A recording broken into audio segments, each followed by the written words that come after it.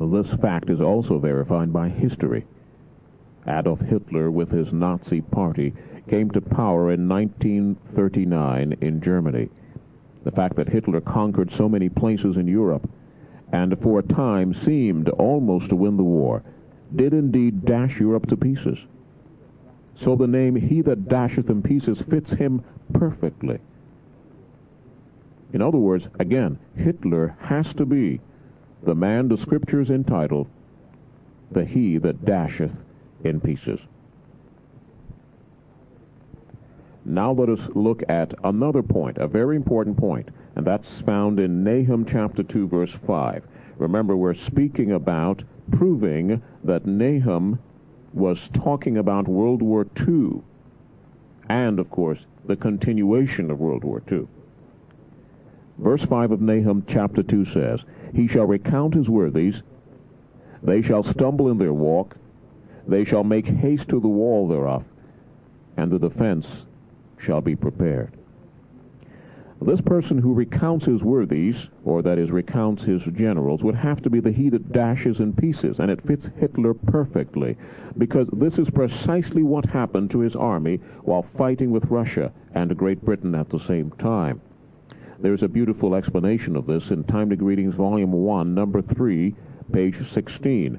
It says, "To recount his worthies implies that the number of worthies, or captains and generals, and the other mighty men along with his fine army is diminishing, and hence the need of recounting, and that his worthies are to stumble in their walk. That is, they are to make some kind of blunder on their march to victory and cause them to fall." And this is exactly what happened. Hitler's army stumbled by waging war against Russia while he was in war with Great Britain. That critical moment of his career was Hitler's greatest folly. England was just about to give up, but the German army pulled away and went to fight Russia. And, too, the fall of his worthies being mentioned before the fall of Assyria is mentioned, the prophecy thus reveals that he that dasheth in pieces, Hitler, was to fall first. Isn't that beautiful? That's exactly what happened historically. And so you see then definitely Nahum is talking about World War II. So then Hitler was to make a mistake on his march to victory. He was to fall. But later Assyria is going to fall. And history tells us, by the way, that indeed England was about to give up. Some historians would tell us that England had sent an envoy, someone, in other words, to negotiate with Germany a possible surrender. And at that very moment when that was happening, Hitler retreated and went to Russia. As a result, he lost the battle there. Part of the reason was that as he was approaching just perhaps as close as 20 to 25 miles away from Moscow, the capital of Russia, his army gave out. It was too cold, and they started to lose their men, and as a result they had to retreat. And that was the beginning of the downfall of the Nazi army. And as a result, eventually, Hitler had to surrender. So Hitler fell first, according to Nahum, and that is precisely what happened in history. So it is clear that Nahum definitely prophesied about the events of World War II. But as we said earlier, Nahum does not stop with World War II. His message is really about the fall of Assyria. So why does God use World War II as the background for the fall of Assyria when she actually does not fall until later? Well, here's why. Listen to these inspired statements now, found again from Timely Greetings, Volume 1, Number 24. Timely Greetings, Volume 1, Number 24, pages 14 and 17. It is plain to see that the one who dashes in pieces and who comes before Assyria's face is the one who forces Assyria to prepare to militarize herself mightily. Her forced military preparations, agitated by him that dashes in pieces, starts Assyria on her downfall. So World War II prepared the way for the downfall of Assyria. What happened with the conflict between Hitler and the West was the beginning, or it started Assyria on her downfall. That was page 14. Now page 17 says this: in this day, he that dashes in pieces wars with this antitypical Assyria, he begins her downfall. That was page 17 of 1TG 24. Now going on now, 14 tract, pages 52 and 53 says this: though Nahum predicts the fall of Assyria in connection with he that dashes in pieces, it does not say that he that dashes in pieces is himself to finish off Assyria, as one would naturally be inclined to conclude. After Nahum 2:5, there is no more mention of him that dashes in pieces, showing that he is out of the way. Add to this fact that the truth that the war has split the whole world, practically all nations and peoples, into opposing chips of all sizes, and we have solid anchors to the proof that World War II is Nahum's war, and that Hitler is the one whom inspiration entitled, he that dashes in pieces. Indeed, he divided the nations and peoples so that, so far, no one has been able to weld them together. Clear it is then, brothers and sisters, we see why it is that God goes back to World War II. He wants to lay the background or the foundation for the beginning of what will be Assyria's fall. Clear it is. Nahum is describing what was to take place in World War II and in what we generally as a society would call World War III. But according to prophecy, it would be the continuation of World War II. In other words, World War II is mentioned because it was the sign of the future fall of Assyria. Not that she literally began to fall then in that war, that is, in World War II. No, because the Allies won World War II. The war was not won for the good of Great Britain, though. Since World War II, the United States has become the modern Nineveh, if you will, the capital city, the leader of Assyria. Another reason is this, that World War II prepared the way for the Cold War and the greatest of all battles that is still yet to be fought. We cannot understand the present or the future without first understanding the past, especially World War II. There is still yet another point to consider. Everything was ready during the time of World War II. That is to say that the sealing of the 144,000, the complete fall of Assyria, and Ezekiel 9 and the deliverance of God's people all could have taken place then. But God's people were not ready. We were not ready. Listen to these inspired statements that prove this very point. 14 track, page 24 says, if the present world war is the one predicted by Nahum, and if the sealing or marking of the servants of God is to be completed without the angels having again to tighten their hold on the winds, then the time to restore the excellency of Jacob and of Israel is at hand. That's 14 track, page 24. Remember that this track was written during the war. So it means it could have happened back then. Things could have been ready. Now let us take a look at 12 symbolic code number 1, page 24, which was also written about the same time. From all appearances, it looks as though we are very, very close to the fulfillment of these prophecies. Only one thing hinders it, and that is that we have not finished our work. Had we taken the message of warning to the church, this could all have been finished by now, for the nations are all ready. God will hold it until we get our work done.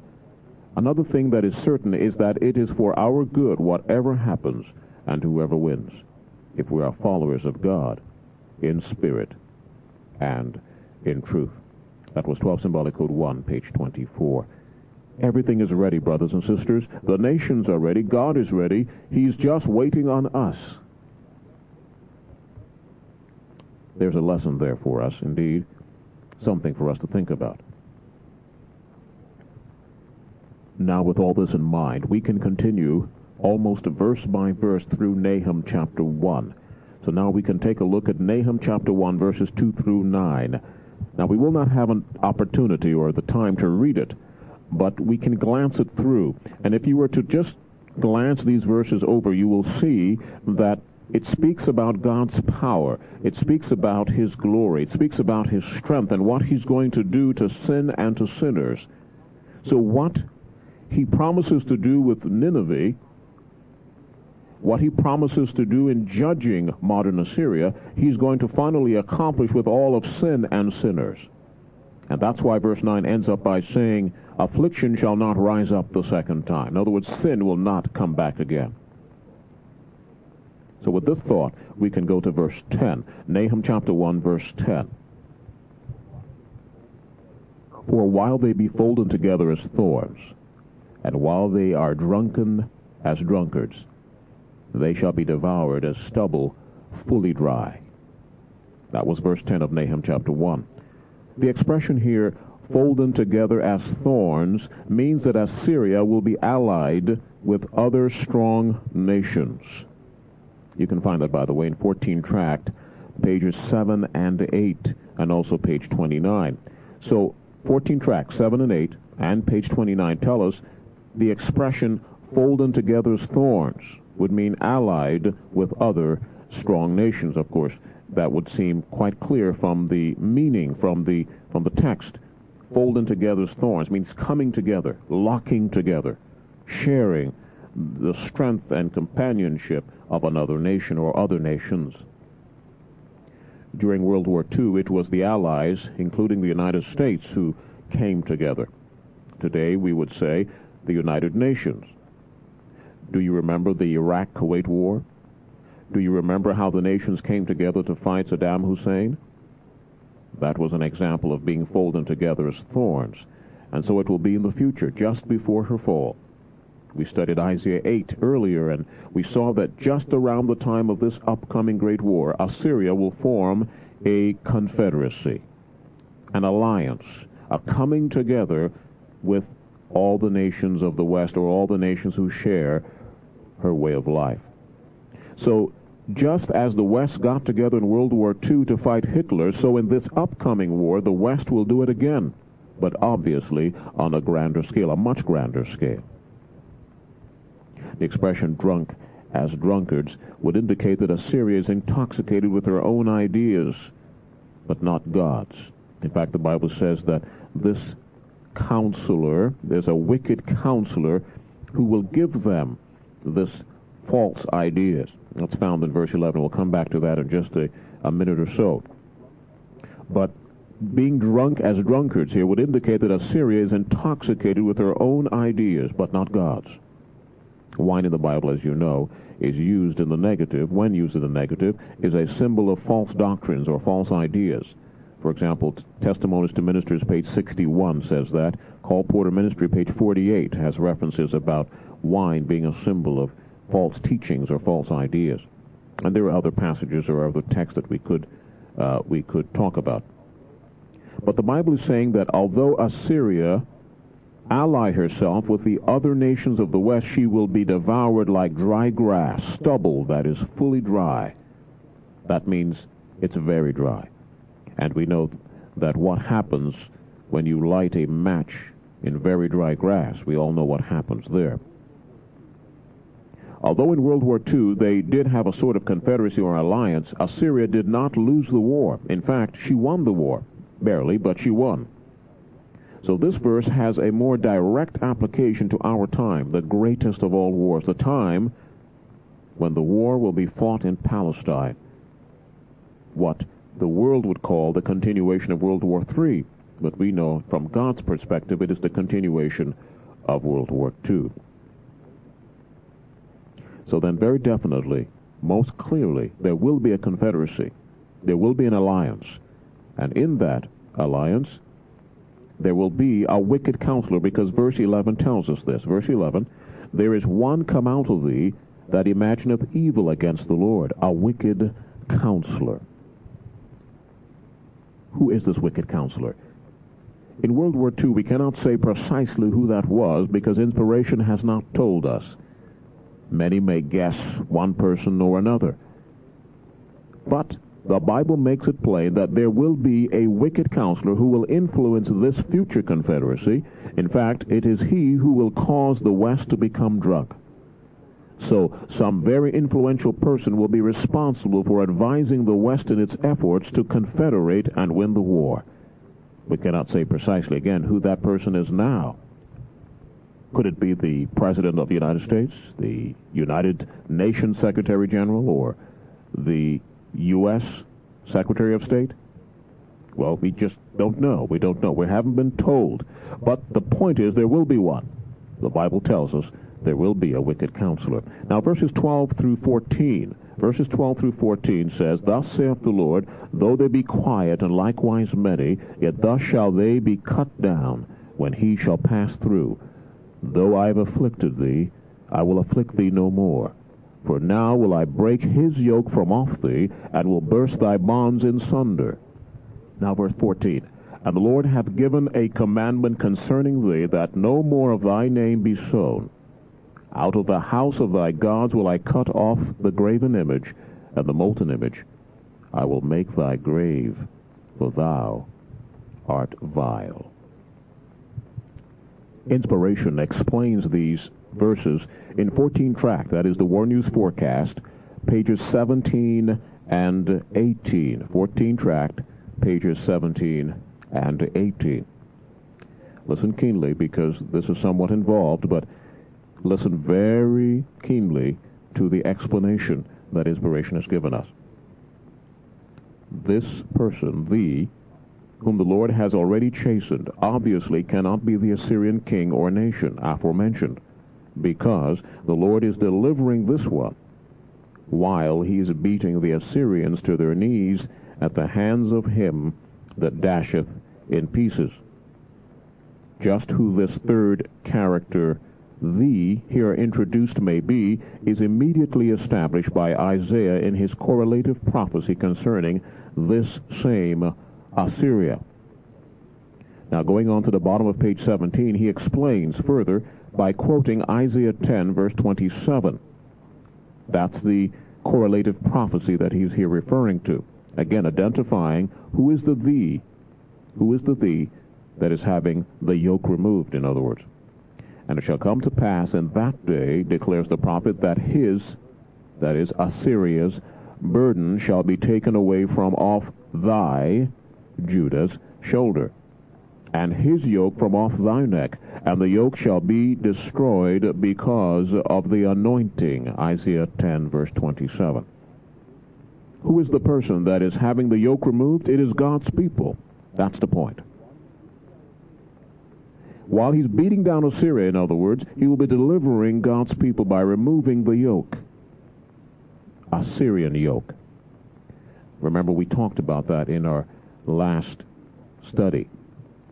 Continue on now to page 18. Immediately we see that in the revealing light of this scripture, the one thee, who, in both cases, is set free in the time of Assyria's fall, proves to be the church Judah, liberated from Gentile or Assyrian rule. Conclusively, therefore, Isaiah clarifies Nahum's prophecy as referring to the church's liberation from the last day Assyrian yoke. We can say amen to that. You see that Nahum and Isaiah and all of the prophets all blend together to give us a clear picture of what God is trying to tell us. Going on now on page 18. The fact, though, that the church, as Nahum says, is not only to be relieved from affliction and freed from bondage, but is also to be sentenced to death. That's verse 14. We read that. Nahum 1:14. Do you remember what it says there? Let's just review that. Nahum 1:14. And the Lord hath given a commandment concerning thee, that no more of thy name be sown. Out of the house of thy gods will I cut off the graven image and the molten image. I will make thy grave, for thou art vile. So on one hand, Assyria is being beaten down, and Assyria's yoke is being taken away from his people. But now on the other hand, we have a sentence of death being pronounced upon another group. Who is this group? The Bible says, thou art vile. Now, the prophet here says this creates a paradox. Inspiration, however, continue on now in page 18. Inspiration, however, quickly clears it again through Isaiah. Speaking of the church, he declares, "And ye shall leave your name for a curse unto my chosen, for the Lord God shall slay thee, and call his servants by another name." That's Isaiah 65, verse 15. Now, inspiration comments further. "Plainly, therefore, in the time when Assyria crumbles, the Lord is to perform a dual work among his professed people, some of whom will be made free because of their faithfulness, and some of whom will be slain because of their wickedness. The delivered ones will then be called by another name."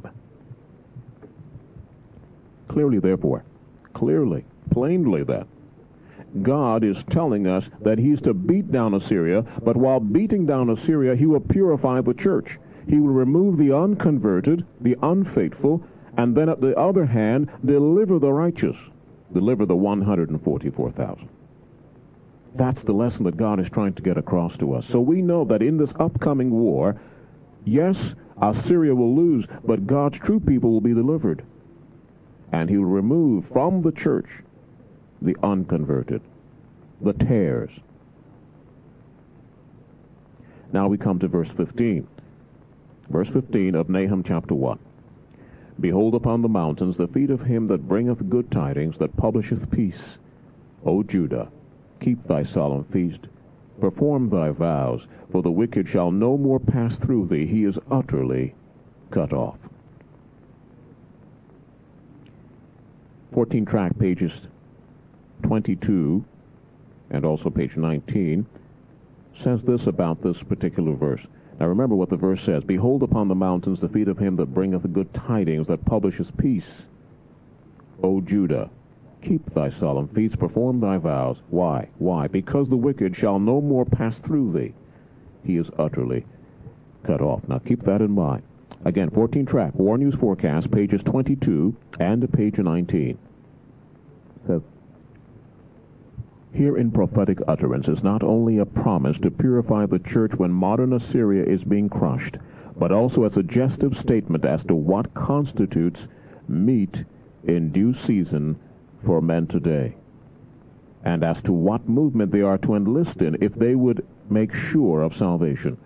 They are enjoined to fix their vision upon the feet of him who brings good tidings," message from the Lord, "who publishes peace," the peace of Christ's kingdom, "and who declares that while the powers of earth are engulfed in a gigantic war, the wicked in the church shall be cut off, no more to pass through her."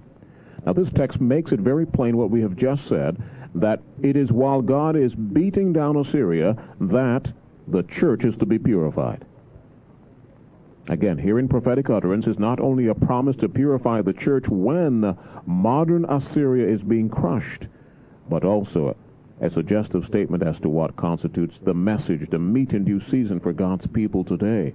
In other words, then, brothers and sisters, again, God's church will be purified in the midst of a gigantic war. While God is beating down Assyria, he will also be purifying his remnant church today. That's what verse 15 is actually saying. "Behold upon the mountains the feet of him that bringeth good tidings, that publishes peace," and says, "Keep your solemn feasts, O Judah, perform thy vows." Why? Because the wicked is not going to pass through the church. He will be cut off. He will be removed. This is all in the context of Nahum chapter 1, verses 10 through 15, describing the war that is soon to come. Now we go to 14 track, page 19. 14 tract, page 19 says, "Very obviously then, the penitent Laodiceans are separated from the impenitent ones during Assyria's fall, and then are liberated from her rule." Again, very obviously, the penitent Laodiceans are separated from the impenitent ones during Assyria's fall, and then are liberated from her rule. Again, just re-emphasizing the point that God is trying to get across here. Now, let's take a look at 1 TG Volume 1, number 24, page 12. And listen to what it says. "So it is that while Nahum predicts liberation and peace for God's faithful people. He predicts disaster and humiliation for antitypical Assyria, the power which they serve, and for the wicked in the church. That was 1 TG 24, page 12. Also, page 13, 1 TG 24, page 13 says, here the prophet predicts that Assyria's capital city will be emptied and her palace dissolved. Clearly then, the kingdom of Judah is to be set up in the time of war and turmoil. The kingdom of Judah is to be set up in the time of war and turmoil. That was 1 TG 24, page 13. Clear enough, brothers and sisters. Once again, we see that the upcoming war will bring disaster for the West, but it will bring deliverance for God's true people. The question is, are we ready?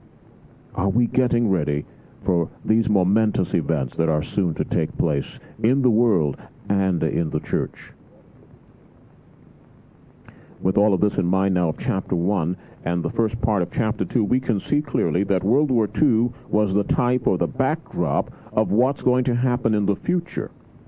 And now we also can look at the fact as well that God has a great plan, and that He loves us so much that He has given us that plan so that we might be ready, so that we might be prepared for what is soon to take place in the world to come. Now, the rest of Nahum chapter 2 and chapter 3, you will notice at a glance. We will not have time to read it all, but if you were to look through the rest of it, it describes what's going to happen to Nineveh. That is Assyria. What's going to happen, and that is, she will fall. She will fall. For example, if we were to take a look at verses 6 and 7 and 8 and 9, just to get an idea. Inspiration does not give us a great deal of detail on these verses, but it does give us some ideas, some key thoughts that we can focus on. For example, verse 6 says, the gates of the rivers shall be opened, and the palace shall be dissolved. Verse 7, and Huzzah shall be led away captive. She shall be brought up, and her maids shall lead her as with the voice of doves, tabering upon her breast. But Nineveh is of old like a pool of water. Yet they shall flee away. Stand, stand, shall they cry, but none shall look back. Verse 9, take ye the spoil of silver, take the spoil of gold, for there is none end of the store which glory out of all the pleasant furniture. Verse 10, she is empty and void and waste, and the heart melteth, and the knees smite together, and much pain is in all loins, and the faces of them all gather blackness. Where is the dwelling of the lions, and the feeding place of the young lions, where the lion, even the old lion, walked, and the lions whelp, and none made them afraid? Do we get the picture here? Do we get the lesson? 14 tract, pages 13 and 14, gives us a brief description of this particular verse, or these verses in general. 14 tract, pages 13 and 14. Does not make a lot of commentary, but there are a few small or short comments that would give us a clue as to what the Lord here is talking about. 14 tract, pages 13 and 14. In reading the tract, though, we'll need to go back to verses 10 through 13. And as we read it, we will read Inspiration's comments, again found on pages 13 and 14. It says, she is empty and void and waste, and the heart melteth, and the knees smite together, and much pain is in all loins, and the faces of them all gather blackness. Where is the dwelling of the lions? And Inspiration adds, the king's palaces. And the feeding place of the young lions, the dominion of his princes. Inspiration says, where the lion, even the old lion, that is the head king, walked, and the lions whelp, the king's sons, and none made them afraid. The lion did tear in pieces enough for his whelps, and strangled for his lionesses, or queens, and filled his holes with prey, and his dens, or treasuries, with ravin, or, that is, riches. Now we come to the last verse. That's verse 13. Behold, I am against thee, saith the Lord of hosts. I will burn her chariots in smoke, and the sword shall devour thy young lions, and I will cut off thy prey from the earth, and the voice of thy messengers shall no more be heard. That's talking about the fall of Assyria. So then we get a general idea of what happens after verse 5. Now, verse 5 speaks about the fall of Hitler, but verses 6 through 13 now describe clearly here what's going to happen to Assyria. Now, obviously, we stand between verses 5 and the rest of Nahum. Chapter 2, verse 5, and the rest of Nahum. We are right in between those verses prophetically. Assyria has not yet fallen, but she will, according to the Bible. Chapter 3 also continues to tell us about the fall of Assyria. You can also find some small commentary or some short commentary there in 14 tract, pages 14 and 15. Just some very brief comments about the text. The text, of course, is almost self-explanatory. For example, let us look at just a few verses of chapter 3. Woe to the bloody city! It is all full of lies and robbery. The prey departeth not, the noise of a whip, the noise of the rattling of the wheels, of the prancing horses, of the jumping chariots. The horsemen lifteth up both the bright sword and the glittering spear, and there is a multitude of slain, and a great number of carcasses. And there is none end of their corpse. They stumble upon their corpse. This is very, very vivid indeed, very dramatic, but it's very true and very real. A very vivid description of what's going to take place in the battlefield with Assyria when she falls in this war. It is a terrible thing to think about, but it's true, brothers and sisters. It's going to happen. It's going to happen. For example, look in verse 5. Behold, I am against thee, saith the Lord of hosts. I will discover thy skirts upon thy face, and I will shew the nations thy nakedness, and the kingdoms thy shame. God is promising to embarrass and to punish Assyria, America and her allies, because she has been against the Lord. She has not followed the ways of the Lord. Strong language indeed, very much so. But it's true. Again, it does not give us any joy to speak about these things, but yet that is what God says, and we must declare it because God says it. And we have to do our part to get ready, to become prepared for this great and a dreadful day. There are so many other verses we could read here in this chapter, but just one or two more that may give us a little bit of the idea of how dreadful and how terrible that day is going to be. Verse 7, and it shall come to pass that all they that look upon thee shall flee from thee, and say, Nineveh is laid waste. Who will bemoan her? When shall I see comforters for thee? Art thou better than Populus? No, that was situate among the rivers that had the waters round about it, whose rampart was the sea, and her wall was from the sea.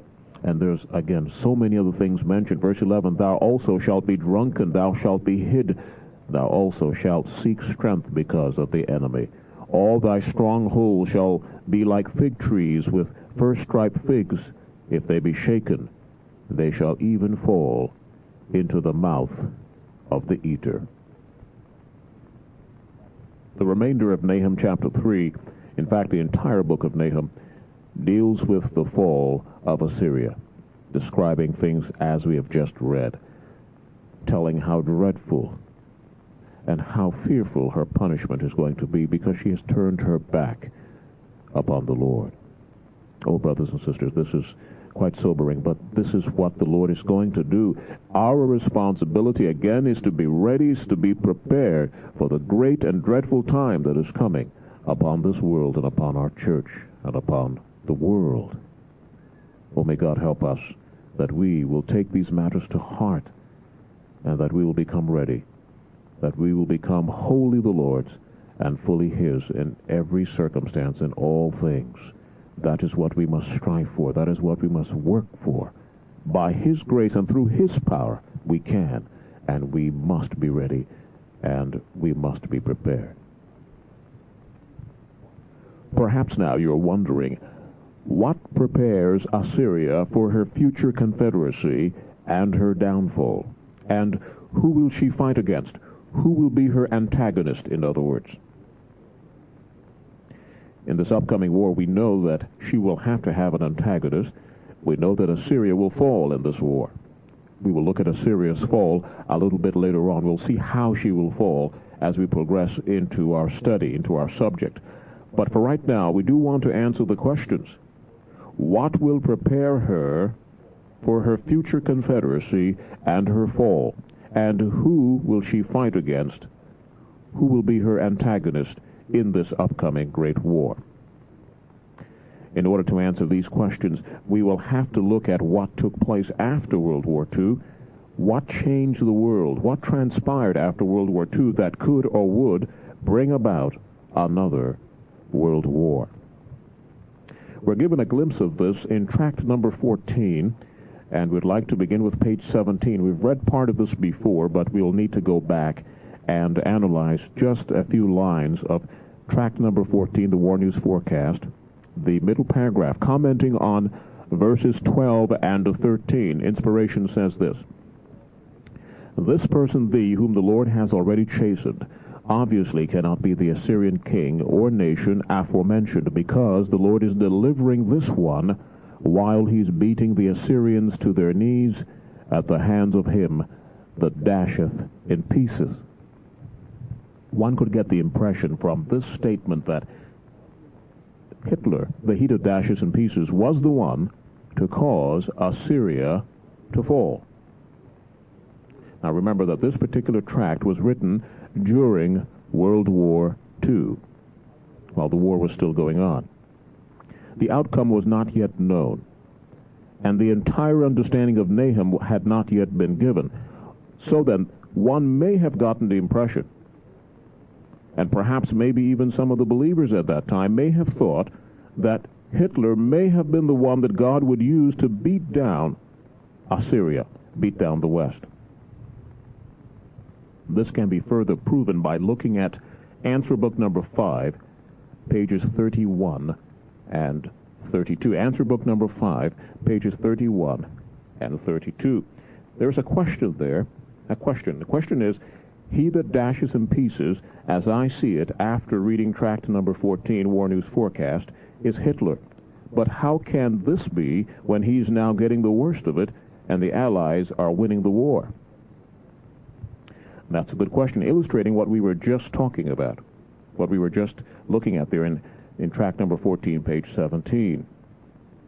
So during the war now, apparently it appeared, or at least many expected, that Hitler would be the one to win the war, and Assyria would lose. But listen to Inspiration's answer.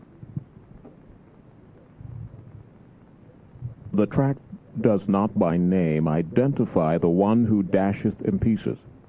Any conclusions, therefore, that may be deduced from one's analysis of its contents can be only inferential and therefore tentative. From current developments in the European theater of war, it does look as though Hitler is doomed. Despite this appearance, however, Nahum's prophecy analytically fits him, although it is possible that someone else may yet come forth to carry the prediction to fulfillment.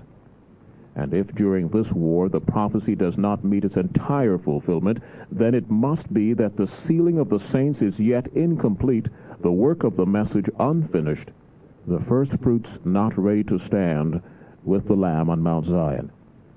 This seems to be the only hindrance. In other words, God's people were not ready. The sealing was not yet over because we had not made ourselves ready. And so the prophecy could not come to its fruition at that time in World War II. So God then had to fulfill his prophecy of the fall of Assyria later on.